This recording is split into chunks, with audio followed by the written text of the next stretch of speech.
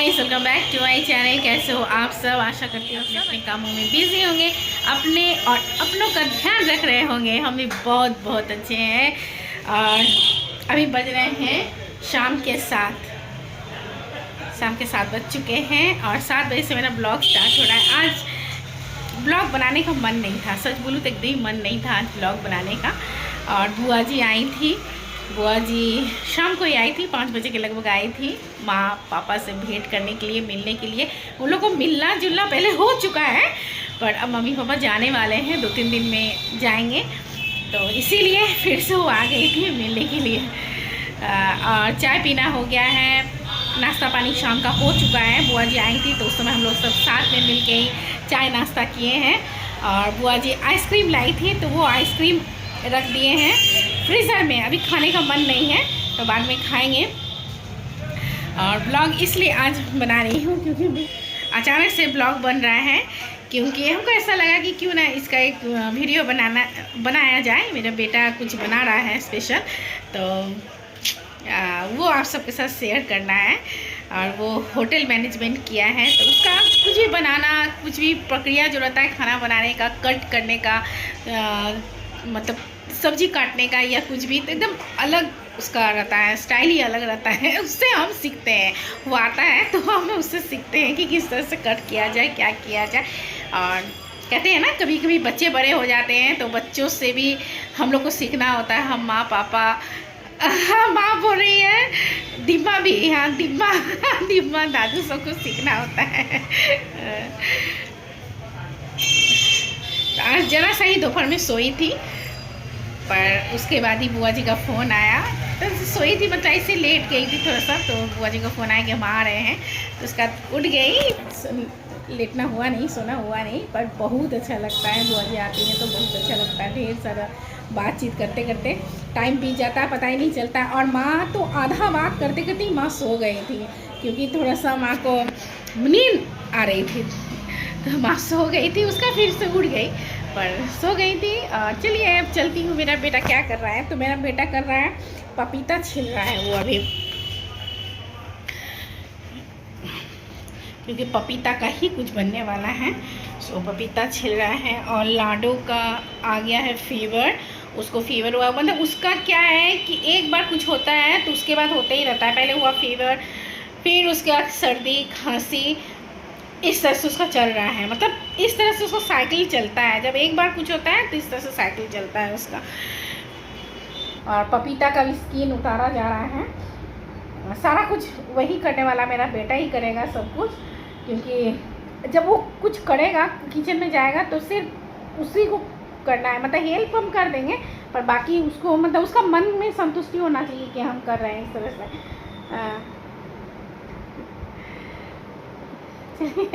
अब अगर कुछ आगे का मदद का ज़रूरत होगा तो मदद करेंगे। और उसका आइसक्रीम भी खाना है, आइसक्रीम खाए नहीं है। हम अपना हिस्सा का खा चुके हैं। लाडो के लिए बुआ जी लाई थी आइसक्रीम, पर उसका फीवर है तो इसलिए उसको आइसक्रीम नहीं दी है। उसका आइसक्रीम रखा हुआ है, तो खाना है आइसक्रीम फिर से? नहीं खाना है, हम खा लेंगे। और अभी मूवी स्टार्ट किए हैं, मतलब आधा से ज़्यादा हो चुका है। ताल, सुभाष घई जी का, ऐश्वर्या राय बच्चन, अक्षय खन्ना है, वो मूवी अभी चल रहा है। पर पूरा हम लोग देख नहीं पाएंगे, क्योंकि आधा होते होते ही हमको चल जाना होगा किचन में, तो पूरा देखना नहीं होगा।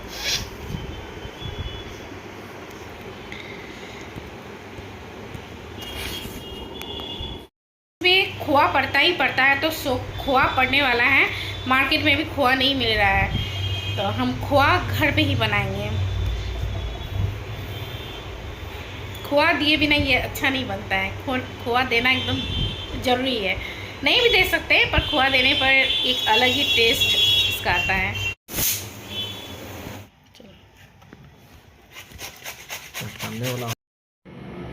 पपीता का कोई भी रेसिपी बनता है तो उसका स्किन अच्छे से उतारना ज़रूरी होता है, क्योंकि इसके स्किन अगर ज़रा सा भी रह गया ना पपीता का, तो एक कड़वापन आ जाता है सब्जी में भी।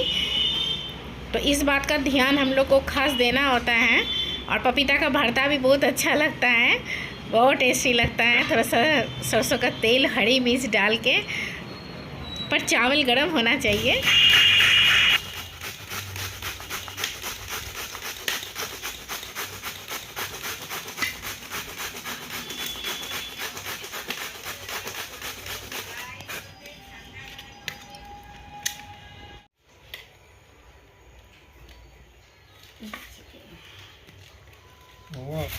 तो ये मेरे घर में एकदम स्पेशल है, क्योंकि मेरे घर में कोई भी ओकेज़न होता है, अभी तक जितना भी ओकेज़न हुआ है सब में ये बनता ही बनता है। मेरे घर का स्पेशल है ये चटनी। चटनी तो बहुत तरह का बनता है, पर मेरे घर का स्पेशल है। तो आज ये चटनी बन रहा है।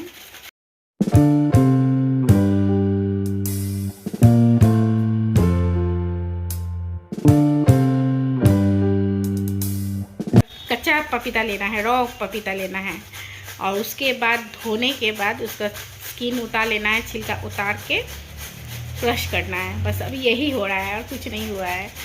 बनेगा तो बाद में खाया जाएगा। और दोपहर के लिए बना के 2 दिन पहले रखी थी टमाटर का चटनी। मेरे पापा को बहुत अच्छा पसंद होता है मेरे हाथ का टमाटर का चटनी, तो बना के रखा गया है। अब ये चटनी बन रहा है और कुछ दिन के बाद जाने वाले हैं मम्मी पापा अपनी जगह पे, लौटने वाले हैं। तो इतना बनेगा कि उन लोग को भी हम लोग थोड़ा सा चटनी दे देंगे। देख लेंगे कितना चटनी बनता है, तो उस हिसाब से उन लोग को भी दे दिया जाएगा, क्योंकि मेरे पापा को भी बहुत अच्छा पसंद है। पर डॉक्टर मना किए हुए पपीता खाने के लिए ज़्यादा। जिनको भी लीवर का प्रॉब्लम रहता है उनको डॉक्टर मना करते हैं। मतलब मेरे पापा को तो है, डॉक्टर मना किए ज़्यादा नहीं खाना। चटनी है तो थोड़ा सा खा सकते हैं। चटनी को चटनी की तरह ही खाना चाहिए, ज़्यादा कौन ही खाता है। और थोड़ा सा उसमें डाल देंगे, मम्मी पापा ले जाएंगे।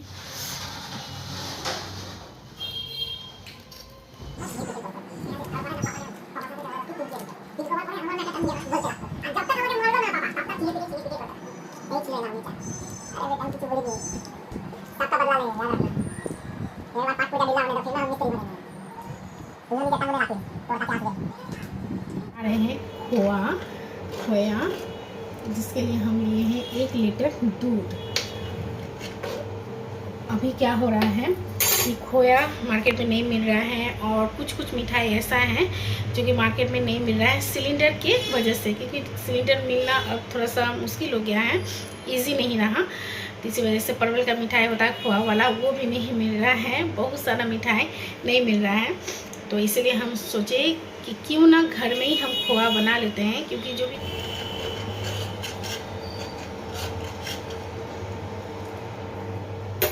अभी टाइम लगने वाला है, बहुत टाइम लगेगा अभी खोया बनने में, जल्दी नहीं बनेगा। तो जब तक खोया बन रहा है तब तक हम इधर रात का डिनर की भी तैयारी करेंगे। हम पसीना का प्रॉब्लम है, बहुत ज़्यादा पसीना चलता है हमको, तो वही पसीना हमको चलना स्टार्ट हो गया है, मतलब गर्मी आ गया है, आज से महसूस हो रहा है। तो हम अभी बनाएंगे ये परवल कट कर रहे थे, परवल की सब्ज़ी बनाएंगे अभी हम। और ये लास्ट में बनेगा चटनी, क्योंकि हम लोग को लग रहा था खोआ मिल जाएगा तो फटाफट बन जाएगा चटनी, पर ऐसा नहीं है, खोआ बनाना होगा उसके बाद ही बनेगा। अब खाना बना लेते हैं।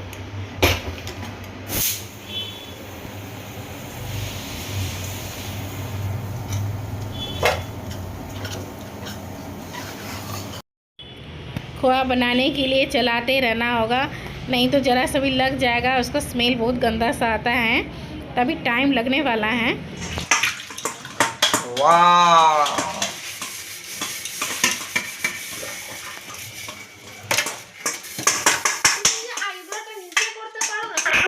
लाडो भी आ गई है किचन में, उसके भैया के पीछे पीछे खड़े होके देख रही है कि कैसे बन रहा है, किस तरह से भैया बना रहे हैं। पपीता क्रश हो चुका है, तो इसको आधा 1 घंटा के लिए पानी में भिगो के छोड़ देना है।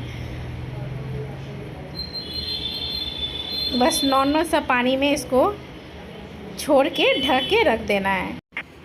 एक नॉन स्टिक कढ़ाई में सारा पपीता हम डाल देंगे, पानी से हटा के 10-15 मिनट के लिए इसको ब्लांच करेंगे। अब अंदाजे से पानी डालना है, थोड़ा थोड़ा करके पानी डाल के देख लेना है, ताकि हमारा पपीता आधा पक जाए। और ब्लांच हो गया है पपीता, तो एक जालीदार बर्तन में इसको हटा लेंगे, उतार लेंगे, और जितना भी पानी है एक्स्ट्रा वो सबको निकाल लेना है। और एक कढ़ाई लेके उसमें हम डाल रहे हैं घी, और जैसे ही घी गर्म हो जाएगा उसमें फिर से डाल देना है पानी, और अब जाएगा इसमें चीनी, अंदाजे से चीनी डालना है। चटनी है तो चीनी ज़्यादा ही जाएगा, मीठा होगा नहीं तो अच्छा नहीं लगेगा। तो चीनी गल जाए, पूरा नहीं गलाना है, आधा गल जाए तब तक इंतज़ार करना है। और यहाँ कूट लेना है इलायची। हम यहाँ 3 इलायची लिए हैं, मेरा बेटा कूट रहा है, उसका रेसिपी है वही बना रहा है। अब इसके बाद सारा पपीता डाल देंगे चाशनी में, क्योंकि चाशनी तो बन ही गया है लगभग। अब अच्छे से चलाने मिलाने के बाद इसमें डालेंगे ढेर सारा काजू और किशमिश। फिर से इसको चलाना है। चलाने का काम थोड़ा ज़्यादा है क्योंकि चटनी है तो लग सकता है कढ़ाई के नीचे, तो इसीलिए चलाना है, लो फ्लेम में रखना है इसको। और ये खोआ है तो खोआ हम इसमें डालेंगे, थोड़ा थोड़ा करके डालना है, एक बार में ही पूरा नहीं डाल देना है क्योंकि ज़्यादा हो जाएगा तो वो भी अच्छा नहीं लगेगा। तो अंदाजे से, तो पहले आधा डाला जा रहा है, अगर ज़रूरत पड़ेगा तो आधा और भी डाल देंगे। पपीता के हिसाब से, जितना पपीता लीजिएगा उस हिसाब से ही सब कुछ लेना है, चीनी, खोआ, सारा कुछ उसी तरह से लेना है। फिर से 5-7 मिनट के लिए इसको चलाना है। और बाकी खोआ था उसको भी मेरा बेटा डाल दिया है। खोआ डालने के बाद एकदम ही कलर चेंज हो जाता है। और साथ ही इसके बाद डालेंगे नींबू का रस। तो हम यहाँ 2 नींबू का रस ले रहे हैं, जितना खट्टा चाहिए तो उतना डाल सकते हैं, 3-4 भी डाल सकते हैं, पर 2 ही हम डाले हैं, सही रहेगा। तब इसको चलाते हुए लो फ्लेम में छोड़ देना है। हमारा चटनी बनके लगभग तैयार है। और चटनी में कितना जूस रखना है वो अपने अंदाजे से रखना है। चलिए जी, हमारा चटनी बनके तैयार है। और इसको गार्निश करेंगे ऊपर से, देखने में भी अच्छा लगना चाहिए बेदाना से, तो बड़ा अच्छा लग रहा है देखने में। ये चटनी खाने में भी बहुत टेस्टी होता है, एक बार इसको ज़रूर इस तरह से ट्राई कीजिएगा। बाय बाय, टाटा, मिलती हूँ नेक्स्ट ब्लॉग में।